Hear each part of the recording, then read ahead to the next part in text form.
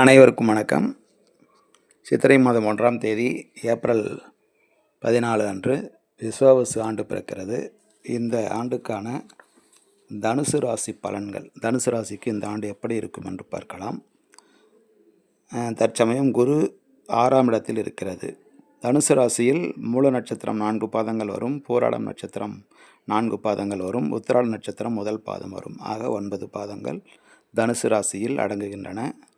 தற்போது குரு 6ஆம் இடத்தில் இருக்கிறது. நாம் வாக்கிய பஞ்சாங்கப்படித்தான் இதை சொல்லிக் கொண்டிருக்கிறேன். ஏனென்றால் வாக்கிய பஞ்சாங்கப்படித்தான் கடைப்பிடிப்பது பலன்கள் சரியாக வருகின்றன. சனிப்பெயர்ச்சியும் இந்த ஆண்டு என்று திருக்கணிதப்படி சொல்கிறார்கள். ஆனால் அது நடக்கவில்லை. திருநள்ளாறில் அடுத்த ஆண்டு தான், அடுத்த மார்ச் மாதம் 6ஆம் தேதி தான் சனிப்பெயர்ச்சி.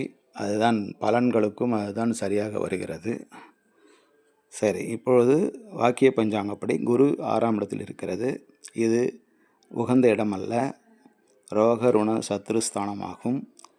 நீண்ட காலமாக படுக்கையாக இருந்த கோமா நோயாளி தற்சமயம் சுய உணர்வு வர வாய்ப்புள்ளது. புதியதாக கோர்ட் கேஸ் வழக்குகளில் சிக்க நேரும். பொருளாதாரத்தில் சற்று சரிவை சந்திக்க நேரும். அண்டை அயலாருடன் கருத்து வேறுபாடு அதிகரிக்கும். வியாபாரத்தில் கடும் போட்டி நிலவும். குரு பகவான் சித்திரை மாதம் 28ஆம் தேதி, அதாவது மே மாதம் 11ஆம் தேதி மிதுனம் ராசிக்கு பயிற்சியாகிறார். அதாவது 7ஆம் இடத்துக்கு வருகிறார். இது உகந்த இடமாகும், கலத்தரஸ்தானமாகும். தடைப்பட்ட திருமணம் தற்சமயம் நடைபெறும். பெற்றோர்களால் பொருளாதார உதவிகள் கிடைக்கும். புதியதாக வீடு கட்டும் யோகம் ஏற்படும்.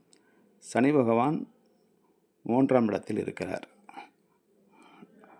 இதனால் நெருங்கிய நண்பர்களால் கடன் சுமை ஏற்படும். கடன் சுமை அதிகரிக்க நேரும். அடகு வைத்த நகைகளை மீட்க இயலாமல் போகும்.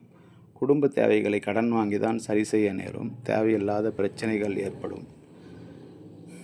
அதேபோல் ராகு பகவான் சித்திரை மாதம் 13ஆம் தேதி, அதாவது ஏப்ரல் 26ஆம் தேதி அன்று கும்பம் ராசிக்கு பயிற்சியாகிறார். 3ஆம் இடத்தில் இருக்கிறார். இதனால் தைரியம் குறைய ஆரம்பிக்கும்.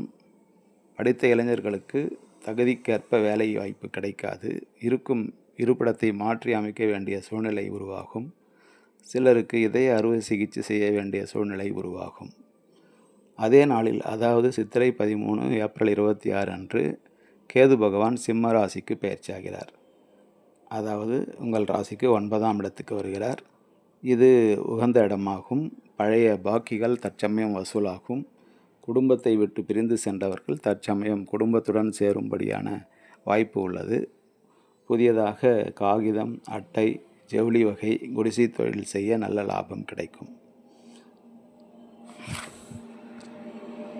பரிகாரம் என்னவென்று பார்க்கலாம். சனிக்கிழமைகளில் ஸ்ரீ வரதராஜ பெருமாளை வணங்கி 5 தீபங்கள் ஏற்றி வழிபடவும், ஸ்ரீ சுதர்சன மந்திரத்தை ஜபிக்கவும், அல்லது ஓம் நமோ நாராயணா என்ற மந்திரத்தை தினமும் சொல்லி வரவும், தினமும் சூரிய பகவானை வணங்கவும், சனிக்கிழமைகளில் ஸ்ரீ ஆஞ்சநேயருக்கு வெற்றிலை மாலை சாற்றி பூஜை செய்யவும், ஸ்ரீ துர்க்கை தேவியை அமாவாசை அன்று நமஸ்கரித்து வரவும். இவற்றையெல்லாம் செய்யும்போது உங்களுக்கு 65% நற்பலன்கள் ஏற்படும். இதுவரை நம்முடைய சேனலை சப்ஸ்கிரைப் செய்யாதவர்கள் சப்ஸ்கிரைப் செய்து கொள்ளுங்கள். இந்த வீடியோ பிடித்திருந்தால் லைக் செய்யுங்கள். உங்கள் நண்பர்களுக்கும் உறவினர்களுக்கும் ஷேர் செய்யுங்கள். உங்களுடைய கருத்துக்களை கமெண்ட் பாக்ஸில் தெரிவியுங்கள். நன்றி, வணக்கம்.